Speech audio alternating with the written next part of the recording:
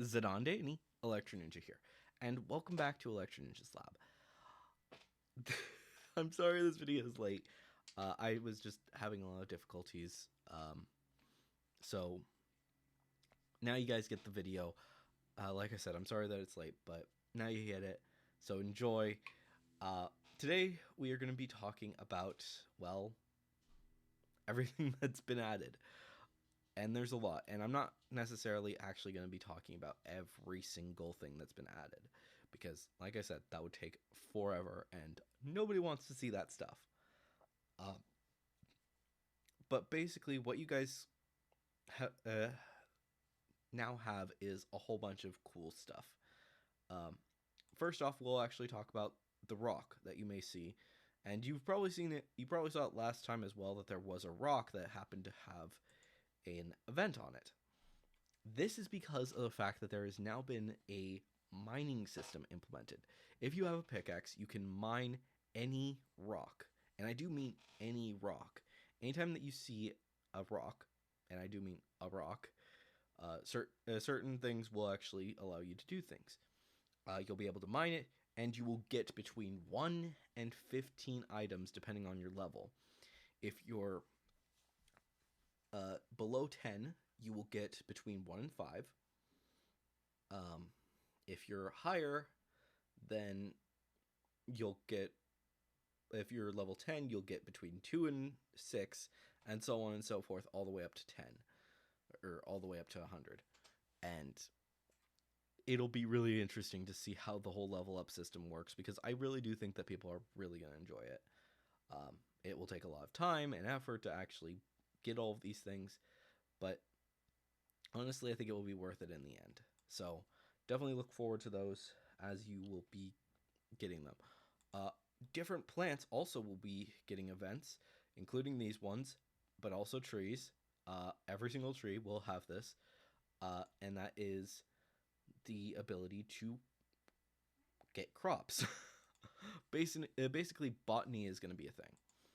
I don't, and I know that that may sound kind of boring. Basically, every time that you talk to a tree, you have a chance to get herbs, roots, and a few other things. Some specific ones do actually give you a specific item, such as all of the ones in the wastes. Well, actually, no, those ones haven't been done. All of the ones that are in the crossroads. That one, I know for a fact that in the crossroads, everything that's there has a specific setting that they are. But almost every other tree will have a chance to give you any number of plants that grow on trees, be they fruits, be they roots, or mushrooms, herbs at the roots. Lots of different things. And honestly, I think that people are really going to be really interested to see how all of this will work out, because I do think that people are going to find it very interesting and a lot of fun.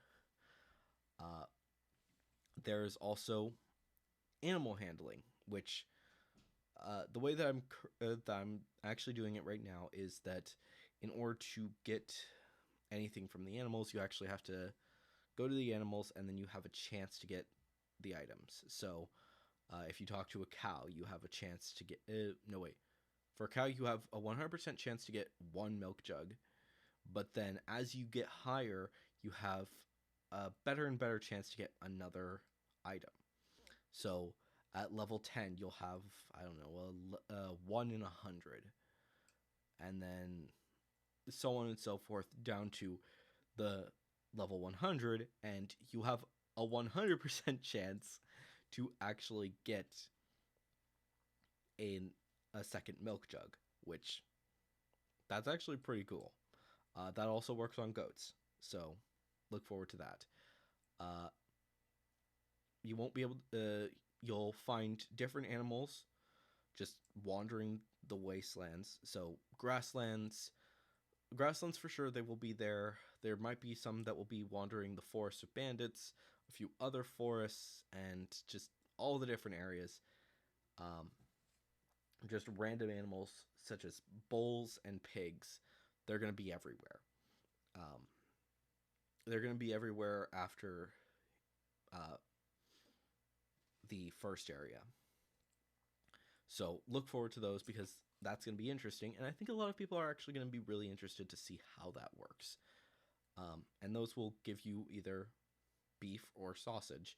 And I think that we'll also be implementing chicken and a few other cool things that you'll be able to get. Um, so look forward to those if you guys are interested in those. Um, every single well, you'll be able to go up to them and you'll be able to get a water jug.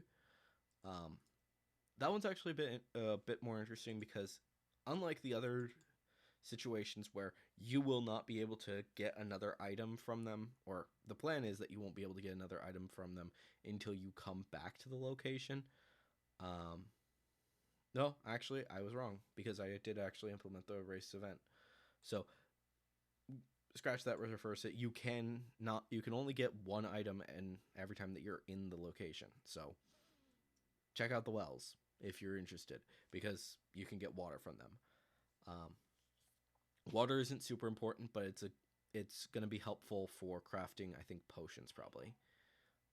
I think once you've actually unlocked cooking, or maybe what it will be is like if you go to a certain place, you'll be able to combine them with different herbs and boom, you get special potions or whatever. We'll see. It takes time. I don't know.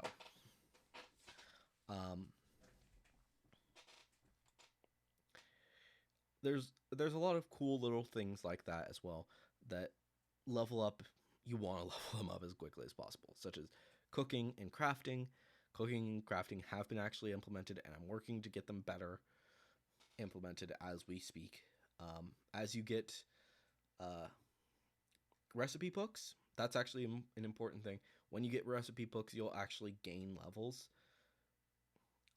You'll gain enough stuff to at least go up to level 2 every time you find a book, which it's not much, but it will give you at least a little bit of experience. And that's basically all I can say right now, anyways, because of the fact that when you cook or craft, you're not getting much experience anyways because you're going to be doing that a lot. Certain books will give you more experience than others, but like your first one, the copper recipes, you're going to get 10 experience for blacksmithing or crafting, I guess, which will boost you up to level 2. So, hey, I mean, that's nice. And currently there are 3 items that still need to be implemented, but it's going to take time. Also, NPCs. I am currently working on actually implementing NPCs. I will actually... so every single town will actually be overrun with... Well, not overrun, but they'll have NPCs in them. So, Little Lizard Toe, Big Lizard Toe, the Bandit Camp, Cloud City, all of these different things will actually have NPCs just wandering about. And so will guild halls. Guild halls are actually going to be... I'm not 100% certain if the guild halls are going to be special or not. I do want to actually implement some cool stuff with them, but I don't know if any NPCs that you guys send in will actually be able to be implemented there because of the fact that we just need so many NPCs for everything else. Which, actually, like I said, you guys can send in your NPCs. I know that you guys may have been a bit unsure of this, but because of the fact that Build the Adventure is meant to be building the adventure with everyone, I do want to make sure that people get the chance to implement their characters and stuff like that. Well, not there. I don't know exactly what to say there, but basically, if you guys want to have your characters actually show up in the game, then I can do that. Is it going to take time? Absolutely. But if you guys want to implement an NPC, then if you have RPG Maker, then yourself, then go into the character generator and create a character. You can and up to 8 characters. I don't want to have. Make sure that you only send 8 characters at once, at most, and I will implement them in different towns. If you have a character that you want to have a specific situation, then also send that to me, because honestly, I think that people are actually going to find that really fun to actually check out. Um, but basically, everyone can do that. You can have, if you're a patron, you can have as many characters as you want get implemented. Uh, one of your characters will, if you are a patron, please send me a character that is actually a good representation of you that you would want to see in the game. It doesn't actually have to look like you. It can look like anything that you want. Um, it's basically a way to say, hey, thank you for this. Um, and basically, the way that it's going to be is it's going to have your name up in the dialogue box that says the character's name, and then it will say something along the lines of that they're a page, something funny that will be like, oh yeah, I helped out with the game with this and this, or not necessarily actually that. It will actually be something that's in universe, like, oh, I've helped out with a certain amount of money or whatever. I don't know the exact details what I'm going to do with that, but I really do think that people are going to be really interested to see that. Um, because yeah, people are going to have a lot of fun with that. Um, but yeah, if you guys have characters that you want to send me, either, like I said, send them to me through creating them in RPG Maker, or if you guys just want to send them to me normally, which, really, you want to send them to me normally? I'm just kidding. It's actually completely fine. What I will do is on my Patreon, or not my Patreon, my Discord, in announcements, I'm going to be posting a link to where you can actually, or not a link, I'll be posting images of the basic versions. Basically, Actor 1, both the walking characters as well as the faces, and you guys can actually take those and just draw on them and see how it's gonna work, because honestly I think people are actually gonna really enjoy that. But it takes time, so please send them my way, and yeah, you can draw them. Just make sure that they fit within the same spaces, and we'll be good. That's basically it. And then you can do whatever you want with those different characters, and I'll try and implement them, because honestly I would like to have more characters in this game. Um, if you want to make them more detailed, I think that you can do that. Just make sure that the scale of the uh, actual drawing is the same as just normal.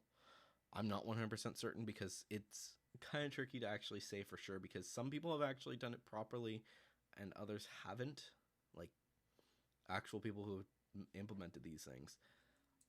But yeah, if you guys do want to do that, then cool. I would actually really appreciate it. And they will be walking around all of the different towns. Little Lizard Toe 2.0, Big Lizard Toe, just normal, as well as Cloud City, the different cities that will be showing up later. Um, Lots of really cool things, and I really do think that you guys will enjoy them. Uh, Obviously, currently there's no NPCs in this game. There's not going to be that many in Beta 2.0 that have been implemented, but do look forward to them, because I do think that you guys are really going to enjoy them. But like I said, lots of things have changed actually since the last beta. So honestly, Beta 2.0, once I actually release it and make a video that says, hey, it's released, I honestly suggest checking it out, because this is the first beta that I really feel like it's going to be actually really fun. The first one was fun, yes, but this one, ooh boy, there's going to be a lot of people who are just going to be like, ooh, this is interesting. So definitely check that out. But anyways, guys, hopefully you've enjoyed this video. If you have, please leave a like, subscribe if you're new, and ring that notification bell. But anyways, guys, I've been Electro Ninja, and I will see you guys in the next video. But on.